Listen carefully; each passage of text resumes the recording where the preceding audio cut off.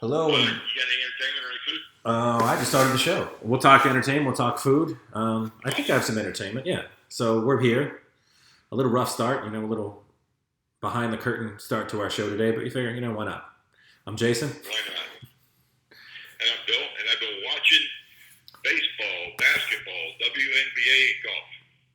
So I've been watching it all. I've decided that the easiest sport to watch without fans is basketball. They focus on the court. The camera angles are good. They have a portable camera that slides up and down the baseline, just follows the players as they go up and down the court. It's unmanned. Um, I love the sound of the sneakers. I love the sound when you can hear the players talking to each other.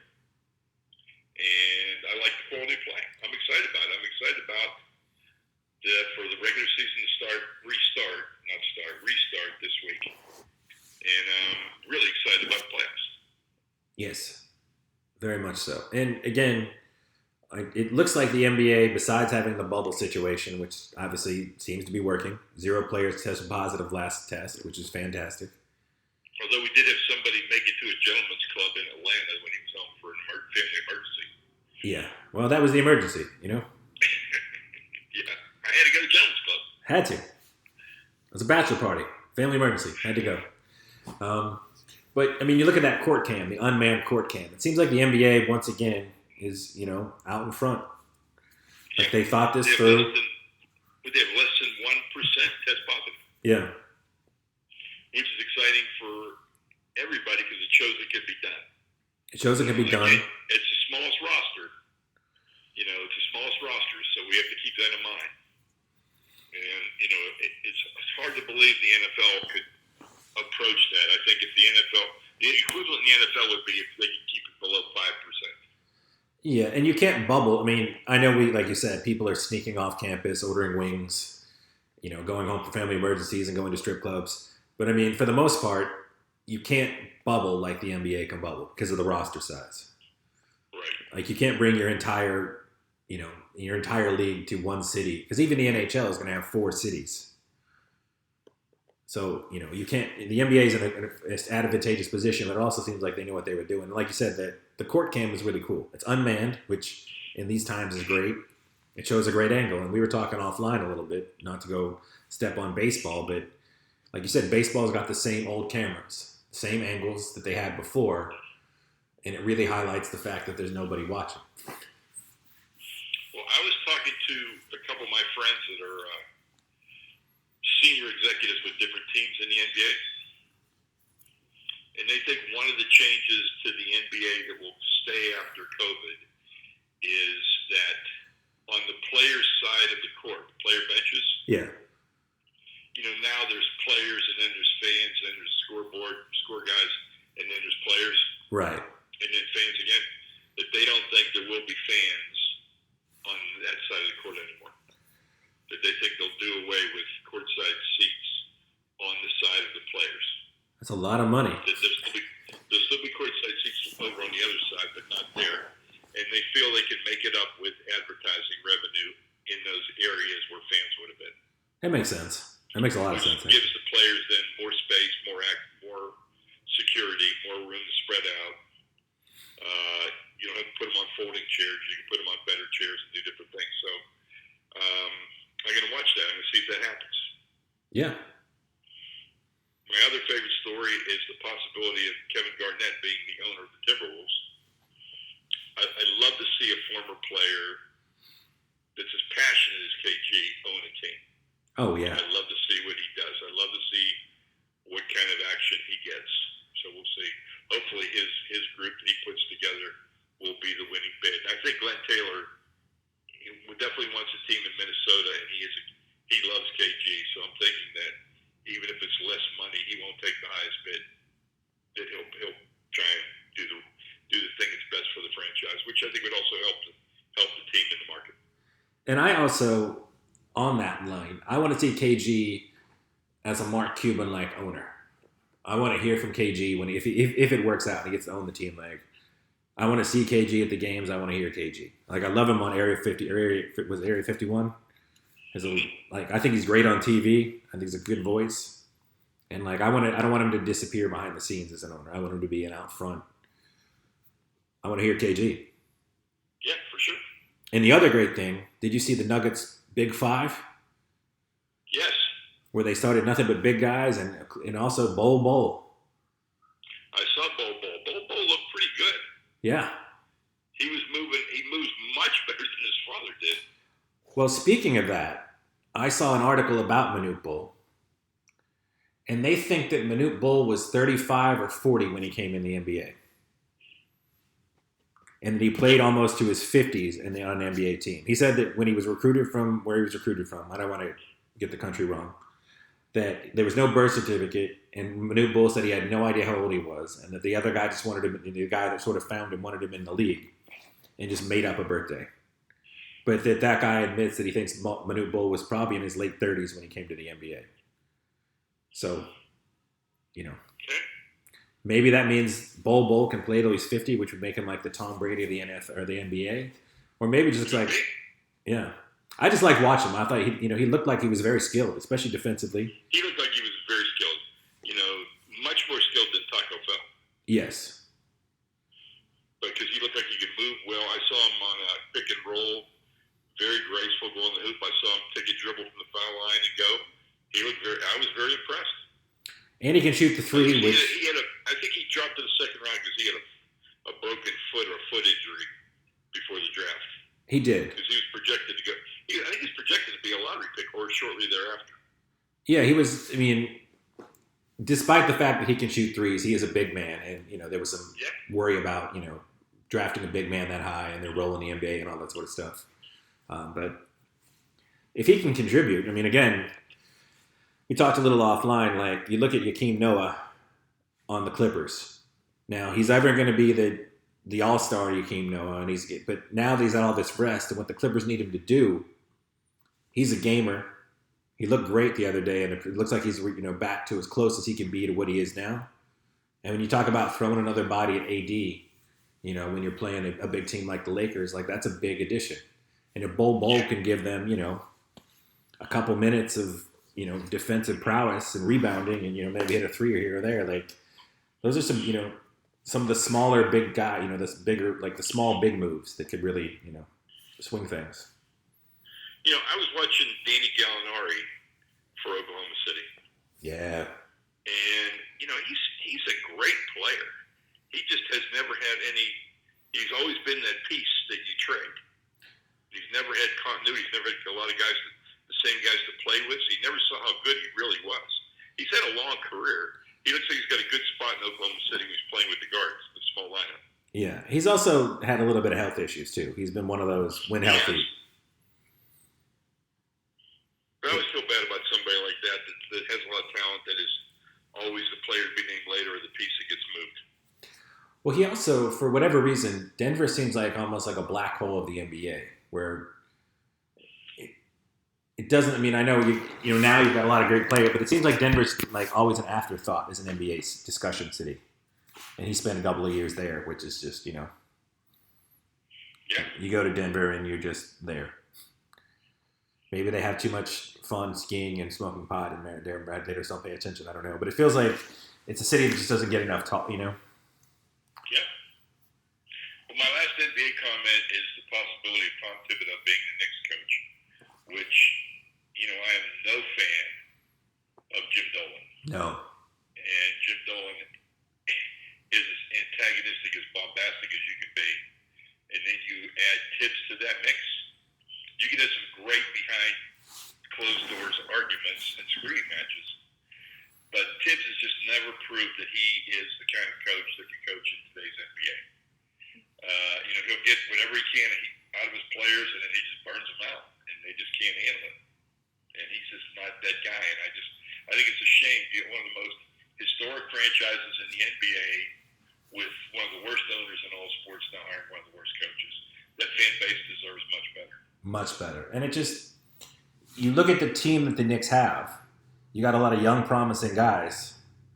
And Thibodeau's not a young player coach. No, he's not. Like, you should have looked for, whoever the Brad Stevens is, bring like a college. Because, again, if you got a fun, competitive team in New York, the Knicks fans already go anyway. But they would love that. You build around the young guys. You build through the draft. I think it's forever. It's forever. It's back to the teams that I fell in love with: the Mason, Oakley, Ewing, Starks, Knicks. I mean, you had a little run with Melo, I suppose, right? Was the last time they were competitive. But that trade was also one of the worst trades in history because a guy that was going to be a free agent in 3 months, you gave up Gallinari and like half your team to bring in Melo to have nobody on the team for a guy that was going to sign as a free agent in 3 months. Anyway, he was definitely coming to New York. Yeah. Why you couldn't wait and just get him for that and surround him with that talent. Yeah. All right. Well, I've also been watching baseball. Not as enjoyable without fans because they show the camera angles that are required to show a baseball game. There's too many empty seat shots. The crowd noise is okay. It just doesn't bother me one way or the other. Or maybe my problem is that I've watched the Pirates twice, and they look like if everything fell in their place, the best possible scenario for my Pirates, in my opinion, is 20 and 40. Ugh. Absolutely the best. Although, after watching them for 2 days, I don't think 10 and 50 is out of the question. They just do not have, I watched the pitching. The pitching's abysmal. And I watched the hitting, and the hitting's worse. So I don't know. It's just sad. Really, really sad. It is because it's a city that, I was born and you were born and we've lived there for a while, they'll embrace that team if it's good, if it's competitive. And it's, I sent you that article. It was voted the second best ballpark in all of Major League Baseball. It's a beautiful park. Great facility. And they just... Lousy owner that just keeps, because there's no reason they shouldn't be rising up every 5 or 6 years as a competitive team. I understand they can't, they can't trade from... Look at the Cardinals all the time. Yeah. It's the same market size. Yet the Cardinals have won more than twice as many world championships. And I don't even know how many more divisional and pennants they've won than the Pirates. And it's arguably a small market team again. But they are good year in, year out. They are great at identifying talent. It just bothers me. It's very, very sad. Going out for the poor Pirates. I did watch Giancarlo Stanton for the Yankees. Looks to be very physically ready to play. And he's hit a couple bombs already. If he's playing on all cylinders, that Yankee team is loaded. And I would be hard-pressed to see anybody beating that Yankee team. Yeah. Well, I would say, and this sort of ties into the NBA, outside of Sandoval, who was already sort of a fatty anyway, despite this 4 months, it looks like guys are coming in, at least physically, no one looks like they gained a bunch of weight. No. Like the last time the strike happened, it's still one of the things that boggles my biggest sports mysteries for me is what happened to Sean Kemp. Sean Kemp was like one of those carved out of stone, ripped dudes. In 3 months of not playing in the NBA, he became a big fatty. And this time it seems like everyone came in ready, like Jokic. Looks great. It's better than he's ever looked. It's insane. Well, the other thing is that you're not running around. So you're getting plenty of sleep, right? I suppose, yeah. And you're stuck inside, so you can just work out a couple hours a day and not have anything else to do. You're doing your thing. So maybe this is, if there's a benefit to COVID, maybe it's going to be the guys that are in better shape and they really want to play badly. Yes. Watch WNBA. I wanted to watch Ionescu, the girl from Oregon that was the #1 pick by the Liberty. And, I can see that. I saw the talent is there, but she got schooled yesterday. She was just playing against veteran players. And they were knocking her all around the court, and they were picking up passes, just stealing the ball from her. So, she's going to be a great player, but she's not there yet. Okay. But we're talking about the WNBA, so, again, they're playing at IMG Academy in Bradenton. Great facilities. So, again, their telecasts come across really, really well. And now it's football training camp time is opening up. And we've had a giant trade. Jamal Adams to Seattle. And Seattle sent 2 firsts and a 3rd round pick and a starting safety, which is pretty nuts. But it's a little bit like... For a team that really doesn't overpay. No. Typically, no. For a team that's let some good talent go because they didn't want to pay it. That seemed to be a big price. I mean, but, that's a very competitive division. And he and JJ or TJ Watt or one of the Watts are the only ones that have one of the, I know the stats are the stats, but enough tackles, sacks, and fumbles in the first couple of years. He's a 3rd-year player that has 3 Pro Bowls and an All-Pro. So you're getting a proven guy. And then I think first-round picks this next year, when you look at what college football is going to be, I think you got a lot more uncertainty. You're going to be looking at a lot of older tape and a lot less tape from this year, So maybe your first-round pick is slightly less valuable this year because it's going to be a little bit more of an unknown. And you figure, I don't know if college football is going to play, who I'm going to get to watch, what I'm going to know about a player. So maybe it's better just to give up a little bit more to get the proven guy right now. So. Well,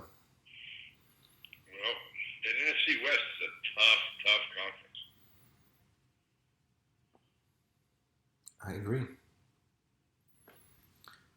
And speaking of the NFL, I saw this thing the other day. So in this offseason, during this crazy time, got crazy. It's the most movement of named players we've seen in a long time. Exactly. Yeah, Tom Brady is now a Tampa Bay Buccaneer. Rob Gronkowski came out of retirement to join him with the Tampa Bay Buccaneers. Cam Newton, former MVP, Super Bowl quarterback, not winning quarterback, but took a team to the Super Bowl, is now presumably the quarterback of the Patriots. DeAndre Hopkins, who was the best player on the Texans the last few years, is now with the Arizona Cardinals. Phillip Rivers, who was a mainstay in San Diego and I guess the LA Chargers forever, is now the quarterback of the Indianapolis Colts. Teddy Bridgewater is now where Cam Newton used to be. Todd Gurley, who was the best player in the league 2 years ago as a running back, is now back home in Atlanta. Who knows what he is? Stephon Diggs is now in Buffalo. Darius Slay is in Philadelphia. I mean, it's just crazy. It is crazy. So of all those players you named, if I was going to give you $1,000 to bet on the player with the most impact, which one do you bet on? As much as it is the cliched answer, I know he's 43, though he seemingly has like smoother skin and more hair than ever. I still think it's Tom Brady, just because I look at that Tampa Bay team, and it's a very talented team, head to toe. Head to like bottom to top. They lost a lot of games last year by 6 points or less. They did. With a guy that threw 30 picks.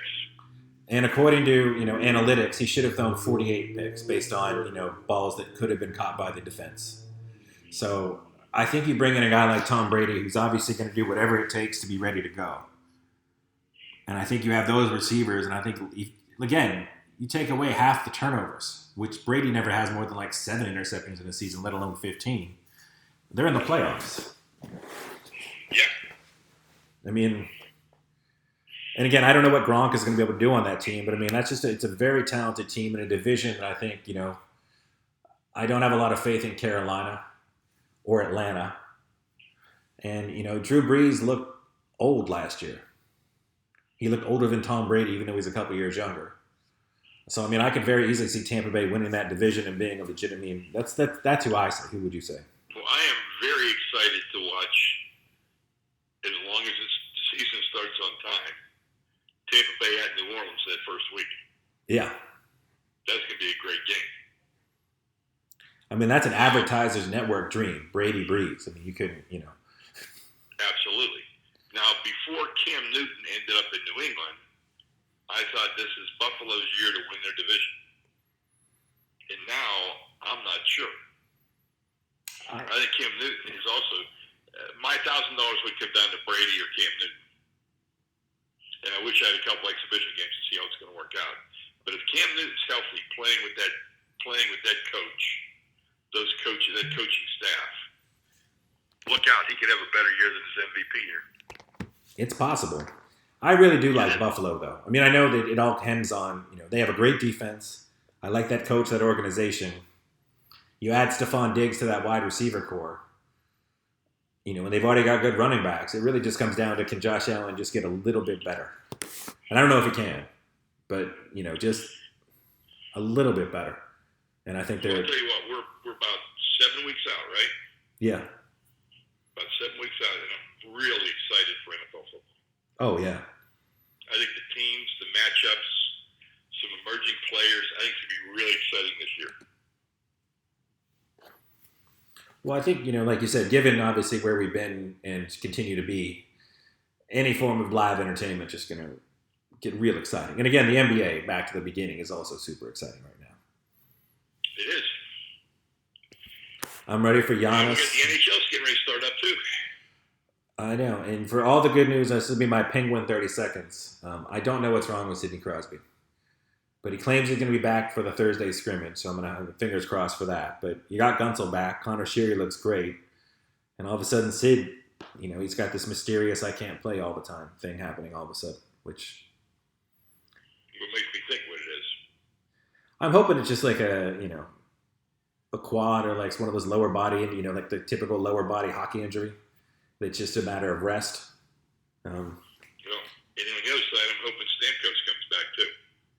I want every team to be at their max strength in every sport through all this, because we need it. And I'm really hoping, really hoping we get our shit together and slow this virus down so we get through these sports seasons, put people back to work, and have a safe environment for kids to go back to school in. But I'm real pessimistic about that last thing. Yeah, well, yeah. I mean, apparently now that the president has finally worn a mask 4 months in, people are more apt to wear masks. So hopefully that'll help.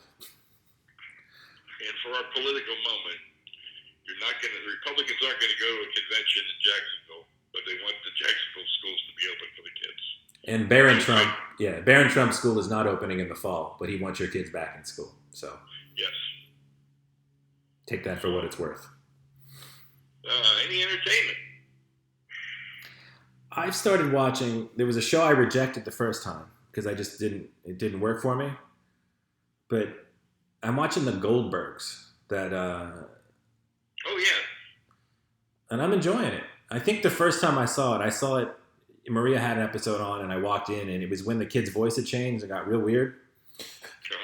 Because he goes through puberty on this show pretty hardcore in real life. Yeah.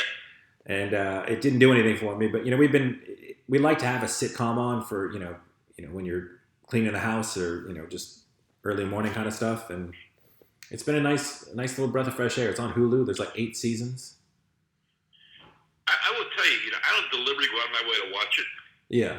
But every time I watch an episode, and then they end those episodes with like the home movie of the real thing, I think that's just unbelievable. It is, because I'm telling you, if you watch this show, you'll be like, well, that's a stupid sitcom thing. That would never happen. And at the end, he shows you the actual video that he made of them doing the actual thing. You're like, no, well, there you go.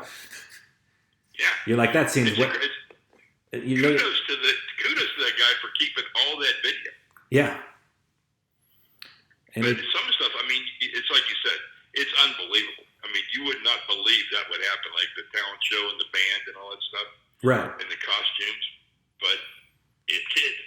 Yeah, and there's proof. And like I said, video proof at the end of every episode. And you're like, huh. Yeah. So that's, it does seem like a dumb sitcom premise, but it actually happened. And there's video to prove it. Of him singing. Yeah, and I've gotten, like, Last Man Standing, I really like. And except when Tim Allen has to go on a political rant get his cracks in every week. But the show holds up. I like the acting in it. I like the stories. And I like whenever they spoof. What was the original show called, Jace, with Tool Time? Do you remember what it was called? Home Improvement. Home Improvement. What's funny is that they'll use some characters from Home Improvement, and they're not in their old role. They're different character, but it's who it is. And like one time, Al, the guy who played Al, was in the show, and he said, "How's your family? How are those 3 boys you have?" And he goes, why 3 daughters? I swore it was 3 boys. It's kind of cool when they do things like that. Just try and link the shows together a little bit. Oh, yeah. Kind of fun. And another thing we've been watching that, your mileage will vary this one, but Homicide Hunter. It's like little hour-long true crime docs, but it's about this detective named Joe. I can't remember his last name, but he was in Colorado Springs, Colorado, which makes you feel like there's been a ton of murders in Colorado Springs. But, those things always scare you, right? Like, when you go there. You're like, wow, he's been over 400 homicides in just his career. But he narrates. It's one of those shows where they have the reenactment and they have a narrator, and he's the narrator, and he himself, you can't tell if he's in on the joke or not, but he's really entertaining. Like he's just telling you the story, but he'll just be like, and my. It's just, he says some just ridiculous things that are like, it adds, it's not a funny thing, obviously, but his presentation is pretty great. And I'm not sure if he's inadvertently knows what he was doing or if they just saw him and were like, yes, we got to put this guy on camera. Because he's kind of got that quality to him where he's just listening to him tell the actual story is pretty funny. Well, I'm still into my Perry Mason and my Alone in the Left in the Dark, whatever the documentary is. Very good, yes. I'm loving both of those Sunday nights, and I'm taping The Alienist and watching it on Monday night. And The Alienist is kind of cool. They're doing it in 4 2-hour blocks. So it's only a month long, but the blocks are 2 hours instead of 1 hour.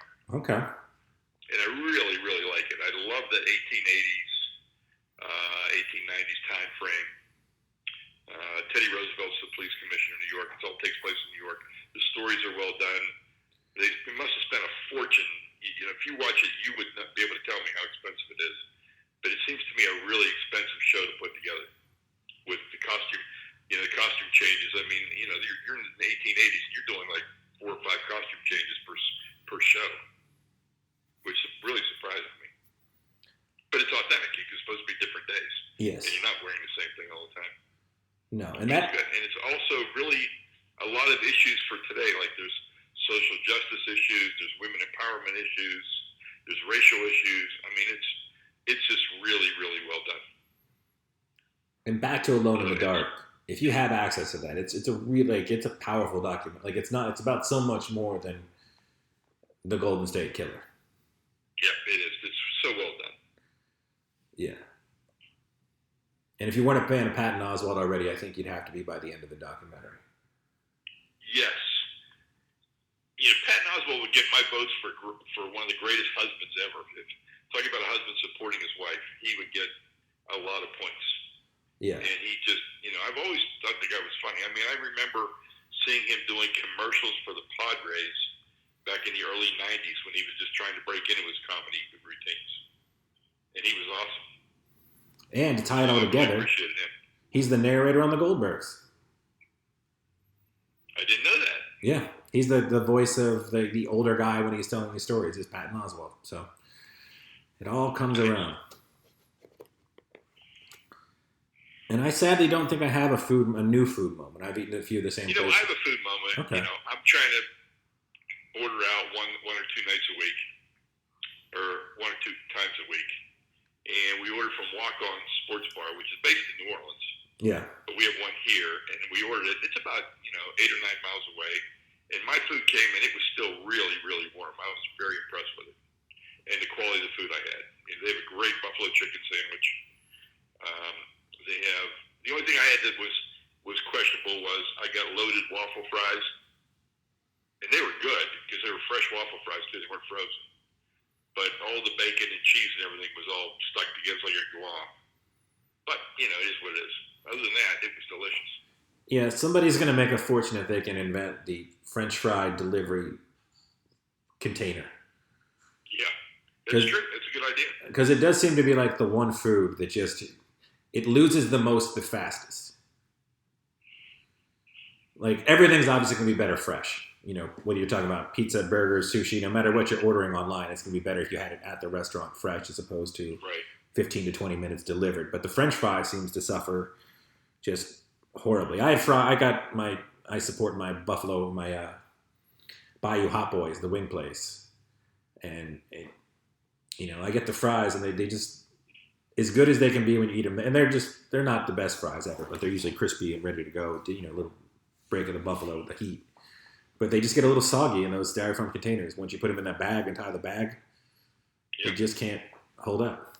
So, but what I liked about DoorDash is, you know, I got a confirmation of my order, then I got a confirmation when my driver picked it up, and I got a confirmation from my driver when he was entering my street, because I was having contactless delivery, so you just drop it off. And I thought all that stuff was great, right? Right. But when I had $39 worth of food and my bill was $59 including tip, I think $20 in tips and fees and service charges is a little excessive. But again, in this time of the world, we do want to support people and make sure people are working. So we go with it. Yeah, that's the thing. I'm just hoping that most of that delivery fee is going toward the driver and his gas and those sorts of things. So yeah, because I don't know how it all breaks down that way, but yeah, it's the same thing where like I see, you know, the amount of food I have in my cart, and then, you know, when I hit the Apple Pay button, I'm like, whoa, okay. Yeah. Well, I guess that's about it for this week. Yeah. We'll have more it's sports. Getting more and more fun, ladies and gentlemen, to our listeners. It's getting more and more fun, but we still have a long way to go before everything's back to whatever the new normal is going to be. Exactly. All right, so till next week.